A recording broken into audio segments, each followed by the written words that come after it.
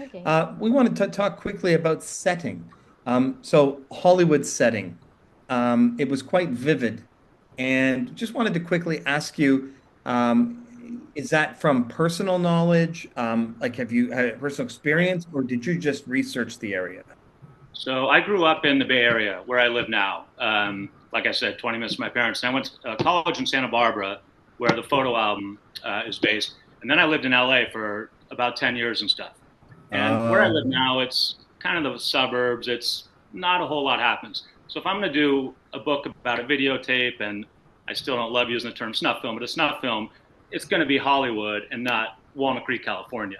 Even Santa Barbara, which is a great city, it's not. It doesn't have the allure or the seediness that I mentioned a lot in Hollywood. And I have lived there and stuff. Obviously, I hadn't gone to these sex shops and things that I mentioned in the book, but I have I been to was Hollywood. I wondering. did live in say it again. I was sorry. wondering. Yeah, yeah. Yeah. Oh, I had always wanted to get rich enough to every book that I wrote would be a destination. I always thought it'd be fun to spend 4 months in New Orleans and write a book there. But I didn't want to go to LA and spend time in seedy places. I'll leave it at that. So yeah, I knew LA. I know Hollywood a little bit, even though I know like Santa Monica and the West Side more. But I knew enough geographically to be able to write on it, and then kind of just research and playing a little bit by ear. There's a movie called Hardcore with George C. Scott from like 19, I think late 70s. And there's kind of a bad movie with Nicolas Cage called 8 Millimeter, where they kind of touch on snuff films, and they're both based out of LA. So I had some of those DNA from those movies in the book as well. good, good. I've seen 8 millimeter, and I know what you're I've seen talking it too. about. Back to the other question, quick one. This is just for me personally. We already talked about whether you outline or not, but how do you handle the words? Do you do a word count? Like you do 2,000 a day, or do you just, well, I'm just going to write in the afternoon and I get what I get done?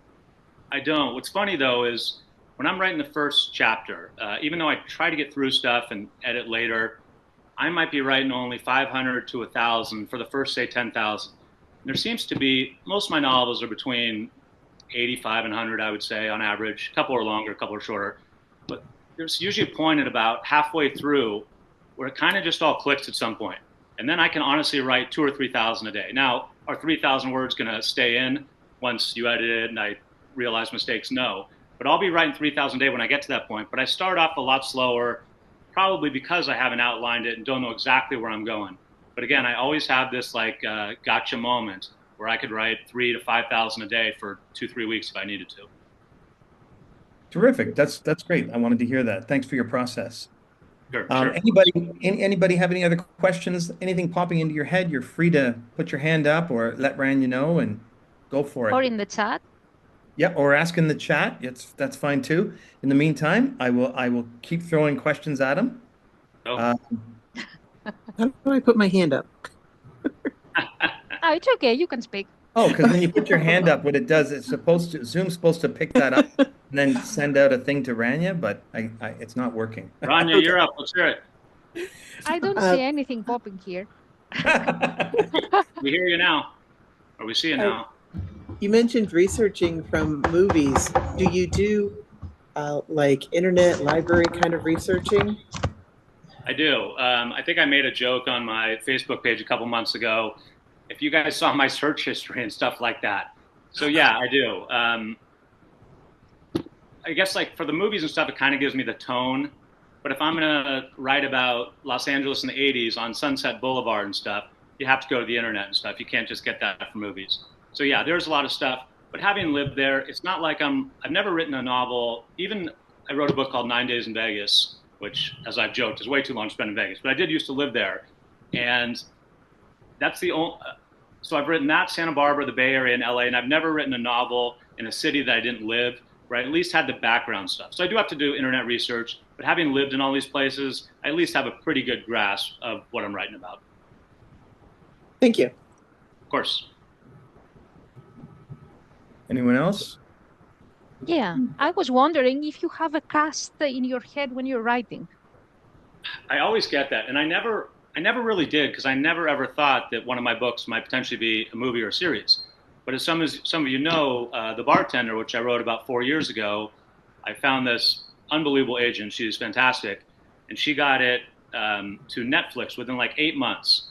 This is kind of a roundabout story to get back to that. They turned it down after 10 days. And she had told me, usually if you get a no from Netflix, it's in the first 3, 4, 5 days.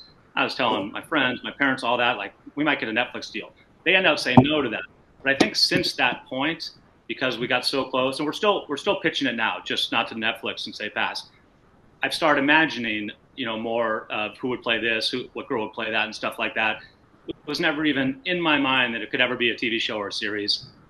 So I didn't, but now I kind of do. And especially I've thought about for the Bartender, just because that's the one that's been pitched and gotten close, and fingers crossed one of these days will be.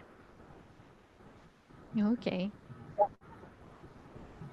But I'm getting older now. And so I write, I'm 50, I just turned 50, and a lot of the characters and stuff will be in their 20s. So people will ask me, who's that? And I'm like, I'm not sure if I know who the hot actor and actresses are now in their 20s. So maybe I'm not the person to ask. I had a question and I just forgot it. Oh yeah. So your preference for reading, what is your go-to genre when you go to pick up books? Predominantly. It's always been thrillers. Right. Okay. I probably read Stephen King before. Like, I don't even know if you consider Stephen King or say Grisham as thrillers, or maybe it's courtroom thrillers and kind of horror. Like Michael Connelly, I've read all his books and stuff like that. When I was young, I probably did read King for, I think The Firm came out when I was a senior in high school. And my dad's 83, he's still a practicing lawyer. So I kind of like the legal thrillers. I've integrated that into a couple of my books.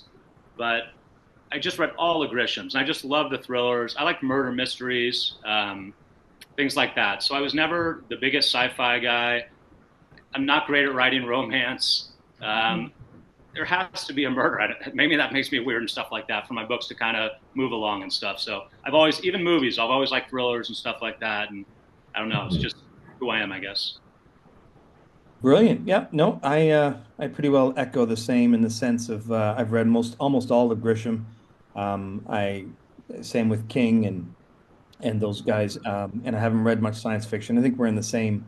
There's something I read years ago that as an author, your voice is your preference in reading. So, for instance, I always like thrillers and some horror, and that's my voice. I've never read a book on romance. I don't know any romance. I can't write romance. So I'm bad writing a female character with my leads, and sorry to interrupt. And then some of my readers don't really like the romance because they just want a thriller. My latest one, Nori, kind of is done by the end of the book when a lot of people want her to stay in. So I'm not great at writing that and stuff. And I also don't know if my readers want the same girlfriend for 3 books and stuff. A lot of them just want the meat and potatoes of the murder mystery.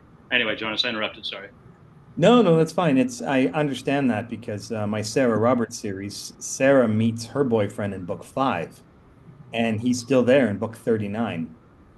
and I guess I should say randomly, the one book that I wrote from a female's perspective for the main character is The Bartender, and that's the one they want to get made. So maybe I'm wrong, and I should have been writing female characters all the time.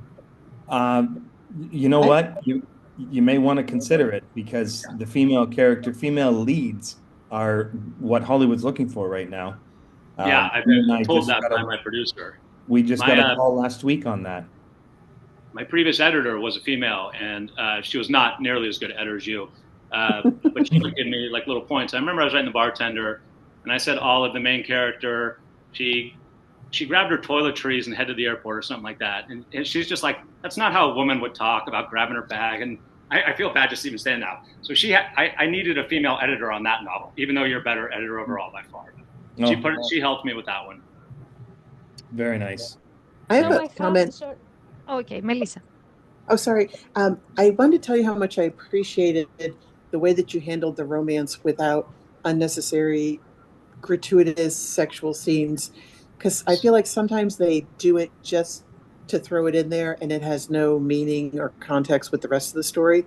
So I felt you did a really awesome relationship between the characters without it being unnecessary. Thanks. If that makes sense. I describe it. It's usually a couple sentences. And sometimes, I think in the latest, I might have said, I slept with Nori that night. And maybe add a couple small details. But again, I'm not writing romance or smut or anything like that. So I don't think I'm great at writing it, for one. Two, I'm not sure the readers want to read it. And I'm definitely not going to go into detail because it's just not what I write. But thank you, Melissa. I have a question from Brenda Brown. She hasn't joined the chat because she's having her third surgery and she's at pre-surgery appointment. So her question is, I Go do ahead. want to know if he eats the chopped pistachio sandwich that is in the book. Yeah, so I feel half my Instagram feed now is chefs and cooks and stuff like that. And there's this famous one, I don't know if you follow it. It's a young kid who wears Yes Chef on his hat. He was in, I forget it was Italy or Spain. It was one of the two countries.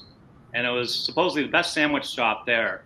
And it was mortadella, burrata, pesto, honey, and chopped pistachios. And so obviously I wasn't going to Italy or Spain for this, or for whatever country it was. And I made it at my place and stuff, and it was pretty darn delicious. Probably not as good as that one. So all these times, I'll usually throw in one food reference there. I'm not quite a foodie, but I'm a decent cook. So usually the ones I've thrown in, I've either cooked myself or tried somewhere. That's a funny question. What about Greek food? I always try to. I'm a little overweight now, and whenever I talk to my friends, they say to go on the Greek diet and the what do you call it, the Greek Mediterranean diet. And I always start it, and I'll have hummus and I'll have Greek salads and stuff, and then I just want to get to like have a cream sauce and steak and stuff, and I never stick to it. But I do love Greek food once, twice a week. But I've actually tried to do it for a full diet, and it just never lasts for me. Okay. Well, when you come one day. Yes. We'll does that include wine when we're in Greece? Is that on the Greek Mediterranean diet? Oh yeah, yeah. You'll end up spending 10 days in Greece eating Greek food. You'll eat as much as you want, and you'll lose 10 pounds. You guys Jonas. right? I'm sorry? Or just because you're walking the whole time, or because the food's healthy? Maybe a bit of both. Maybe nothing. You just gain weight, but it will be a good experience because it will be a Greek food baby. Yeah, I really can't wait. After this Zoom, I might just commit after the Zoom meeting to next year. It's June, right? We've got several. We've got one in a reading retreat in June, and we've got another one in September that we're setting up. I would probably September is really coming up pretty quick, and I have a wedding in Italy in October. Oh, not this September, next September. September 26th. Okay. Then I'm sorry. Then I will commit to either June of 26 or September of 26. Yeah, that'd be great. We'd love to see you. And if we know you're coming, we'll arrange for something to be on the poster, because Psychological Thriller Group advertises these retreats well and gets a lot of people through there. They've got 1.8 million members. And amazing. And I met Chris and Mike on the cruise and stuff. And right. I mean, it's hard, and I don't know exactly how, but some of these posts, they're trying to advertise this and stuff, and some of them just get lost in the algorithm, and I really don't know why. And then other posts, you'll see 3,000 likes and stuff. And but yeah, if they can get that to everybody, I mean, I couldn't imagine with 1.8 million people, how many people would actually come if everyone knew about it. Oh yeah, that's it. Go September. Where in Amorgos? Asking chat. So in September we'll do the Amorgos one, and we have some. Sorry, September we're doing an Amorgos one where? At Turkey. In September? We don't. You mean September 26th? Yeah. That's Rhodes, the island of Rhodes. Oh. We're doing the whole retreat in Rhodes. Yes, that's the one. That's the one. Yeah. And Melissa, I don't know if you saw, sorry, we're getting off topic from Brian, but quick comment to Melissa. Yes, 26. That house I went to in Crete, that one we're doing in October of 26. Okay, maybe I'll do both. Oh, that would just come for a month. I'm going to be out there for 3 months, so yeah. She should come to Crete. Melissa's just a world traveler. I'm jealous. Yeah. Yeah. Anyone have any other questions? I see Sue up there. Can I ask one? The videotape is the first book I've read of yours, but it was really good. I really enjoyed it. But do you ever see people when you're in a coffee shop or a restaurant or just walking around and think, that's somebody for my book? I think of it all the time, and I've gotten more well known. I'm far from famous over the last year, and I still haven't had the moment where I've seen one. Yeah. I have several friends where I live though, and I write at several coffee shops. One specifically, they knew I was going, and all 5 of them took my book, and I couldn't see their faces because they were sitting on the left side of the coffee shop and had my book there. But it doesn't count if it's your friends actually doing that. I do, and I've thought about with my laptop, like almost putting a sticker on the front saying "Ask me about my books" or a sticker of the books themselves. I thought it was a little, I don't know, hokey or something, so I didn't do it. But yes, every time I see people, and if someone sits next to me and they're reading a thriller, then I'll bring it up and talk to them, say, "What are you reading?" Stuff like that. But I don't like to go out of my way to say, "Hey, you should check out my books," or I'm not really built like that. But if someone's reading a thriller next to me, I'll absolutely bring it up. Yep. Mandy has a question. Thanks, Sue. Mandy has a question, so I don't know if she will speak or type it. I will. I just literally want to great. say, hey, Brian, because we talk on Facebook. I'm Mandy Joe. It's usually Mandy Joe on Facebook. Yes, how are you, Mandy? Okay. Good, Kirby? how are you? Kirby, is that Yep, last name? that's me. Kirby, yep. Awesome. Okay, so real quick, because I've read every book but the Quint Adler series. Okay. And they're in my pile right here. You can see I got all of them. Yeah. Oh, I love that. It's great. So my question is, what's one thing you want me to know before I start that series of books? You're probably not going to want to hear this. I started those about 6 years ago, and I've become a better author. Can I say that as an answer? Yeah, okay. That's fair. I have a better editor since then. I know. See, that might turn you off from. I don't know. They're really great stories, and they're a lot of fun and stuff. But I don't think they're quite as good as probably the Bobby series or maybe the Mastermind and stuff. But they are a lot of fun, and you'll love reading them. Awesome. Thank you. It's nice to talk to you in person. Mandy, I'm sorry. I don't have any stock answers, you can tell. I'm coming up with these on the fly. Yeah. That's what we like. We like authenticity. I don't want somebody to come on here and be fake. We want you to be real. That's why we like you. Like, that's why you were the first indie author I found online. Thanks so much. Yeah. So I'll tell you one thing, The Revenge at Sea, I still don't love the title of the first book. There's a reason, but it doesn't seem like, I'm going to go buy the series. I almost should have named it Quint or something. But I started that, so I wrote it was called something different, but debut novel about 12 or 13 years ago. And I just turned 51 June. I'm still calling myself 50. But Quint opens with Quint turning 40. And I started that about when I was just turning 41. So you can kind of see from there. So almost 10 years of books and how I've gotten better, obviously, as an author and stuff. Wasn't the same thing as the photo album where I said I saw my mom look at her photo album. But I remember just, gosh, I'm 40 now. What happened to the time? And so the main character is turning 40. He's kind of thinking, what am I doing with my life now and stuff like that. And I think you'll really like them, though. But great on a curve since they're a few years ago. That's all right. Thank you. Thanks, Mandy. So we have another question from Jessica.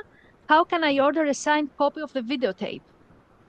Let me see if this will move around real quick.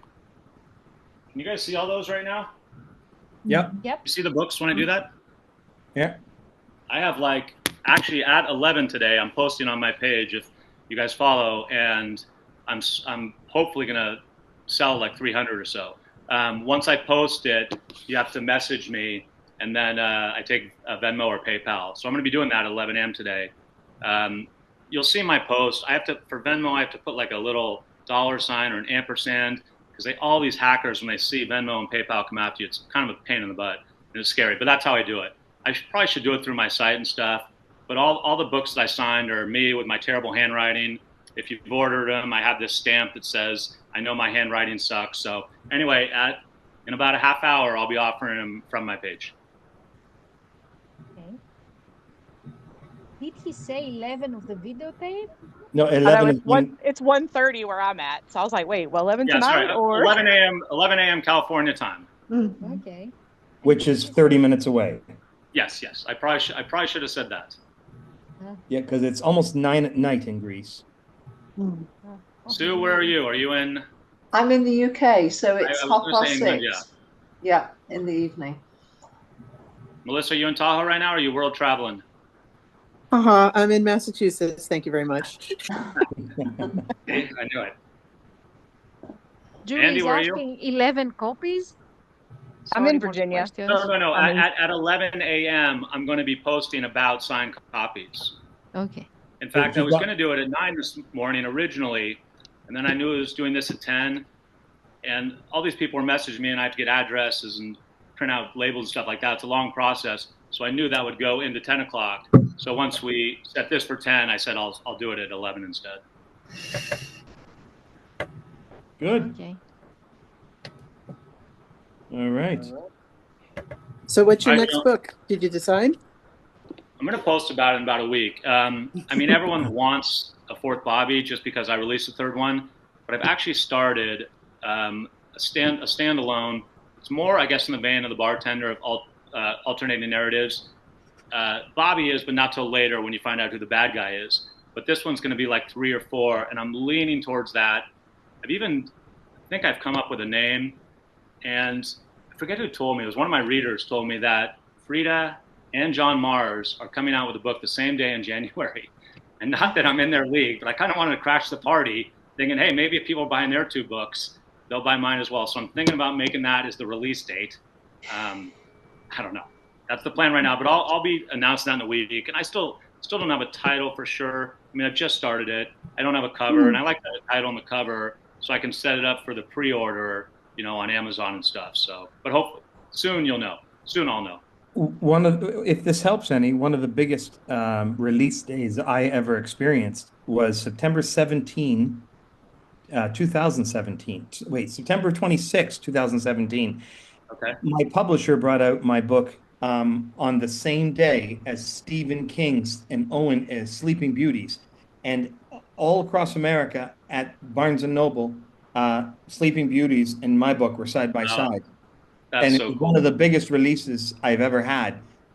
So, bringing it out with a superstar on the same day, it can boost sales because they definitely sold millions and I only sold thousands or whatever. But it was a really big day. But anyway, not about me. I remember last year when Oppenheimer and Barbie were coming out the same weekend, and everyone said they're crazy to go against each other. People aren't going to want to see the same movie in a weekend. Turned out they both made $1 billion or whatever it was, and it was the perfect marketing. Yeah. So I would love to see you do that. Do you know, I mean, I'm not going to ask them, I'm releasing it, but do you know John and Frida? Oh, yeah. I'm assuming you know. Yeah. Spoken to them both several times. That's great. I reached out to Frida when I was first writing. She was kind of blowing up then, and she was nice enough to send me an email back. Kind of just asked her about her marketing, and she said, a lot of it is luck and stuff, but she took off on TikTok. She probably gets 100 emails a day from wannabe writers and stuff, and she was nice enough to respond. So I've always remembered that. And John, just some of the comments and stuff he's always snarky in a funny way. He's got a good sense of humor, and I'll just respond to his, or he'll like one of mine. Never actually really talked to him, but they seem like really nice people. We had him do a June of 24 at the reading retreat. We had him come in on an hour conference call with everybody. That's great. So similar to what we're doing here. We brought him in on Zoom, but on a big projector by the pool bar at the hotel. Was he as sarcastic self as he is online? And I mean that in a good way. Yes, and the answer is in a good way. Yep. Yeah, honestly, I think he's very funny. Yeah. He had a lot of snarky, fun responses to things, and but overall, a gentleman. Yes. Yeah. And didn't you guys have J.D. Barker last year, or was that this year? Just 4 weeks ago. Yeah, that was this year. Okay. Yep. We had a great time. J.D. Barker was here with Claire McIntosh. Before that, Chris was there signing her books as well, right? Liz Nugent and Robin Harding. Yep, Chris was here. Those are big names. Yep, we've got huge names next year. Ruth Ware, New York Times right now with Woman in Cabin 11. Gosh, I read that. Oh wait, is that the one that's on the boat? Because I read that one a few years ago. That was the woman in room 10 or something. Yeah. I read Woman in Cabin 11 is her newest one. We've also got Liv Constantine. They're coming for September to Rhodes. We haven't announced that. Well, there you go. Everyone pretty well knows, but okay. Well, no one does, but you and me. The one that I was with for the cruise was Serafina Nova Glass. Do you guys know her? She was Yep. delightful. Melissa, you met her, and anyone else, I can't see who was on that cruise, but she was a really nice woman. Liv even had a Reese Witherspoon book pick. So that's good. New York Times bestseller too. So yeah, we have some big names, and we're hoping to grab Lisa Jewell one of these years. She's huge too. We've talked to Have her you a few reached times. out? Have you reached out to Frida? Oh yeah, not going to happen. Not going to happen, unfortunately. When Mandy left, she said she had to go back to work. So she said, "Thank you, Brian. So nice talking to everyone." Okay. So Thanks I so believe much for this, guys. she will see the recording after. So I'm like, tell her bye bye. Yeah, We'll do bye. this again too, and I'll put the feed through my page. Like I said earlier, sometimes when I post on the big page, it doesn't always get the reactions or the traction. But if I can like feed it through my own page, I don't know exactly how you zoom through your own page, but we can do it again, and I think we get a lot more if we do it through the page. But I'll also post this interview on there as well. Okay, I really good. appreciate you setting this up, Rania. I have a Rania, question. Yes, I'm here. I have a question. Do you listen to music when you're writing? I do. I listen to very quiet jazz. I listen to like old Miles Davis, but like mellow jazz, not like, I don't even know, like the hip hop more jazz. And it's maybe not my favorite type of music. And then some classical, but it's always quiet stuff. I love classic rock. I can't listen to classic rock while I'm writing. So it's usually no singing and jazz or classical, but just like in the background, not played at a high level. Even like when I go write at cafes, I'll have my headphones in, but I don't mind like a little background noise or a little music. Some people like nothing, and then my mind almost over exaggerates if there's no music or no noise or anything. So I like a little background noise. Again, not too loud, but cafe, just have my little jazz in there, or if I'm writing my plays, just quiet music. But I do listen to stuff almost all the time. Okay, just curious. Because I'm listening to metal when I'm writing dark scenes.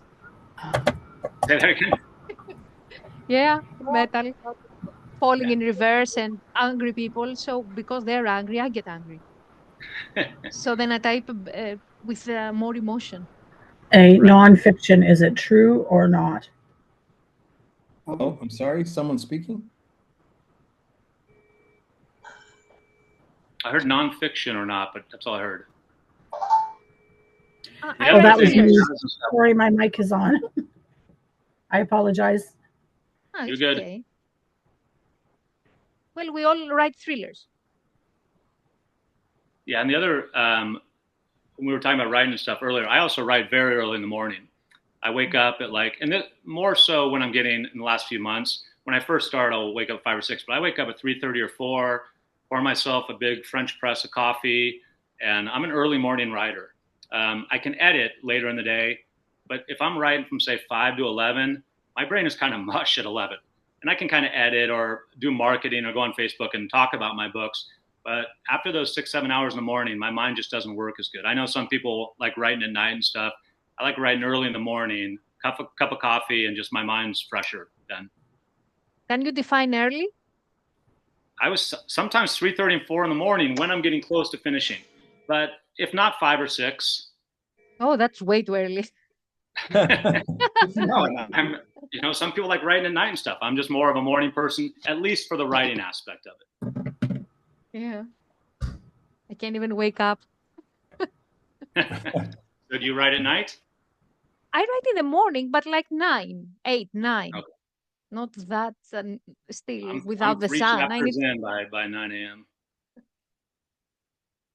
Early bird, okay. Well, it's more quiet.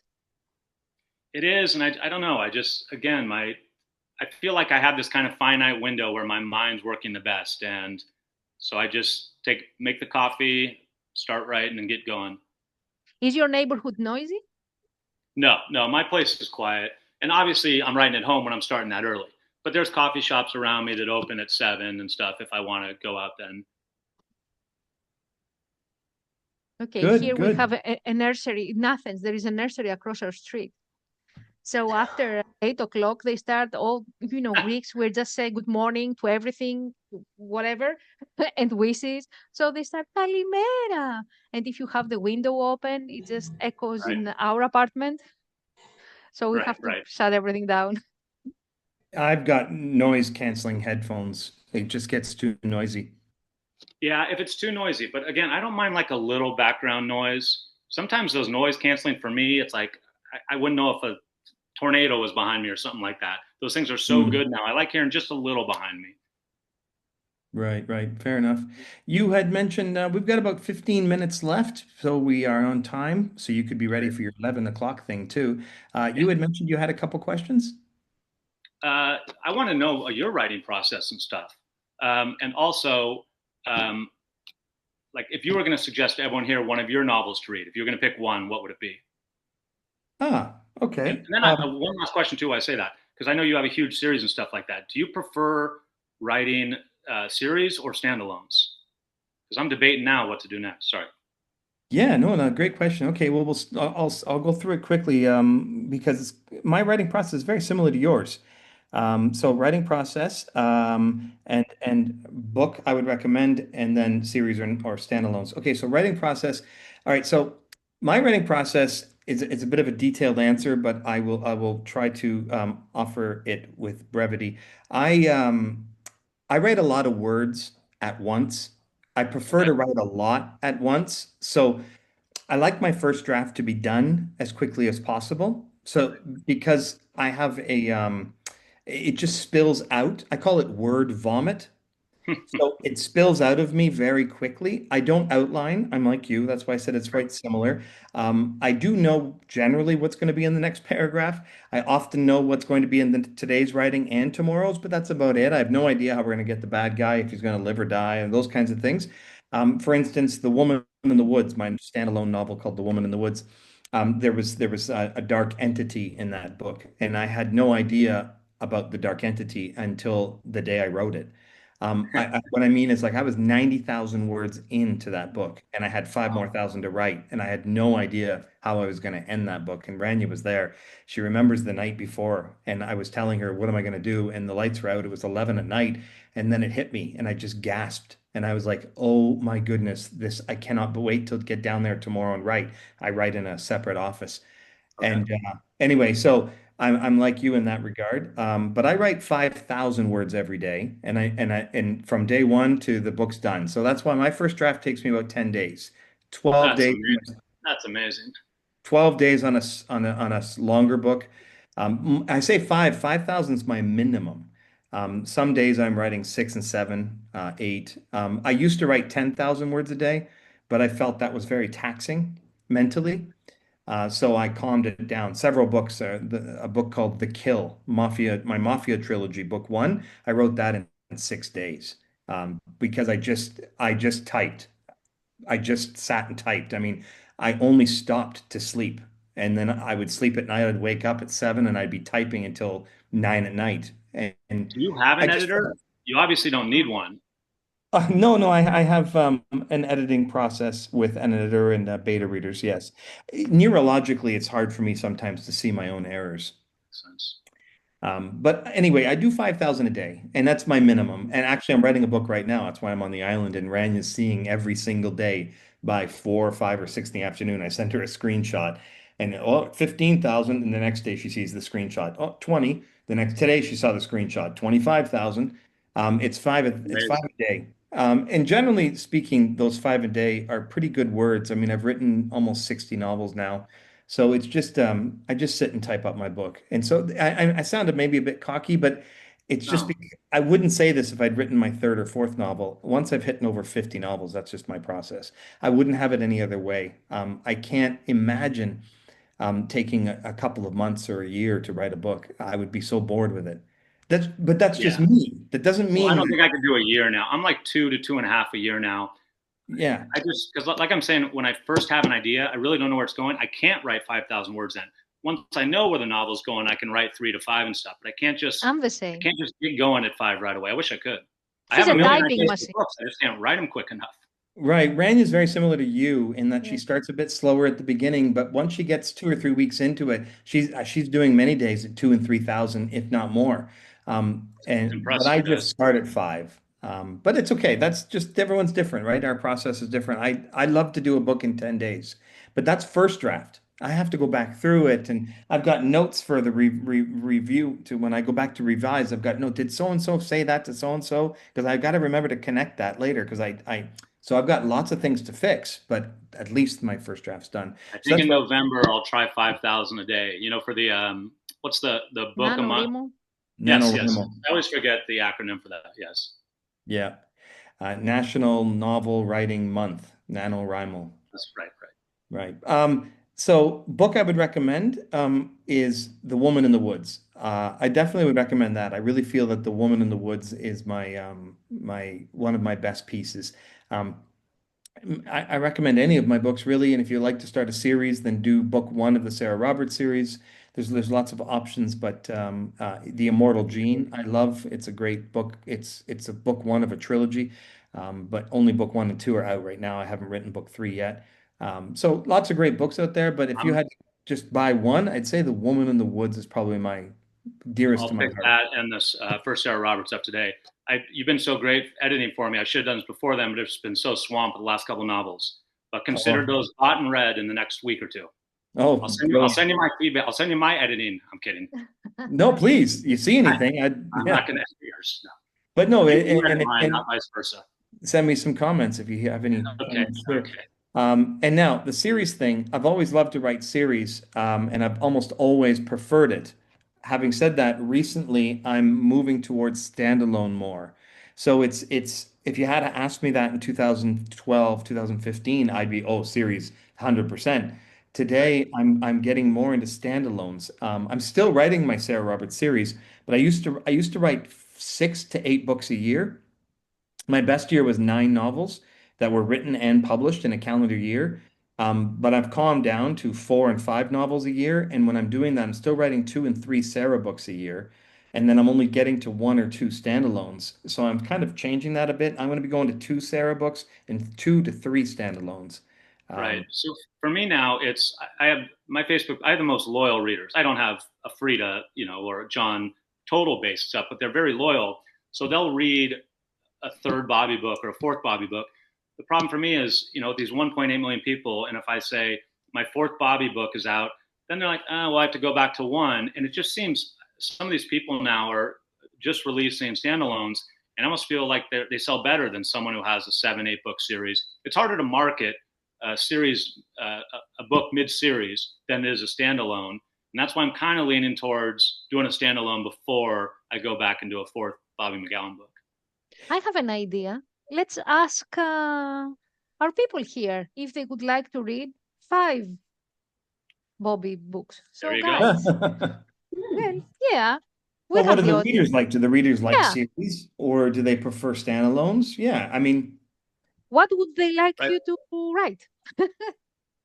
But it's also, this is my base, the people watching this, so they're probably going to go and read a fourth Bobby. If it's someone from the big page who doesn't know who I am, and that, then you got to start with photo album and read 4. It's a tougher sell sometimes. and I'm a lot like what Christy just said. I love both. I love a great standalone, but I also love when I meet a character I For really sure. enjoy. I would love to read a dozen books of that character. So, For and sure. by the way, I have 39 novels in the Sarah book series. This is not something I can market. Like you said, it's really hard to market 7 book series or something. But I'm not marketing the Sarah series. What I'm doing with this is anybody who started Sarah and they were on book 4 with me, they were on book 7 with me, they're all reading For book sure. 39. Right. I mean, I'll sell thousands of copies of it. And book 40, I'll sell even more. I just got an email, what, Rania? I think I showed you an email the other day. I get emails all the time of people saying, I just found your series and I've read every one of the Sarah series and whatever. So people are still reading. It's still my bestsellers. Amazing. I've What sold millions of them. what is the longest running series? I mean, 40's got to be somewhat close. It's in the top couple percent. Right. There are a couple series that have hit 100 books. I don't have them in the top of my head, but I've read about that. And there's a few series that are over 60. But my goal is to go to book 50. So I've got 11 more to go. Christy I and was Julie proud of love my both. 2 to 2.5 books a year. Now you're writing 6 or 8. I got to catch up here. Oh, I used to do 6 to 8. I'm calming down. I'm down to You're 4 saying and 5. 5. Yeah. I'm trying to get to, yeah, I'm getting calmer. I'm working retreats now and sitting by the beach a bit more. Getting a bit lazy with my 5 books a year. I would not call that lazy, but Well, just because I write so fast though, too, right? So it's a little easier to do when you only spend 2 weeks writing the first draft. The rest of the time is editing and rewriting. I'm going to try that. I don't think I can finish one in 2 weeks, but if I could finish one in a month, There you you might go. be hearing from me about editing my new one quicker than you imagined. Well, and one of the pieces of advice I got years ago was from Steinbeck. I think it was Steinbeck. I'd have to look it up, but he said, freight train through it. You must write a book as fast as you humanly possibly can, because the faster you write the book, it affects the pace of the novel. So if you write languished, you're laid back, you're writing, well, in 6 months, or someone's writing a similar book and they do it in 12 days. Oh, I guarantee you, just because of the person who did it in 12 days, it doesn't matter. There will be more pace. It's a more frenetic writing process. The pace is just incredible. So I just know that as fast as I write, the pace is always going to be there. I That makes believe a lot of that. sense. Yeah. That makes a lot of sense. And there's many cases where authors have done this. Ray Bradbury wrote Fahrenheit 451 in 9 days. There's many people who have done books. Anyway, it's a long list. But go ahead, Randy. You were going to say something? Oh, that just Christy and Julie said that they both like series and standalone. Oh, So yes. here Great. you are. Also, any Great. other I'll keep writing both. Good. It's And 5 to. thanks, Sue, and thanks, Melissa, and Oh, Mandy thank was you. there. I don't know if there's a few I can't see, but thanks, everyone. And Rania, I will post this on my page eventually in the next few days, and I'll also make sure that people start following the retreat page as well. Oh, great. Because when you come, or sure we will announce it, because people will want to meet and you write great books. So just tell us when so we can know. I will commit within a month to probably next June, not next September, but I'll talk to you guys before I commit to one of the two. Yeah, okay. This has been great, everybody. Thank you for your time. I really enjoyed it. Thank you, guys. Yes, Thank you. thank Great to very see much. everyone. You too. Jonas, nice meeting you. Rania, thanks so much. Sue, Melissa. Thank you. Thanks a lot, Okay. guys.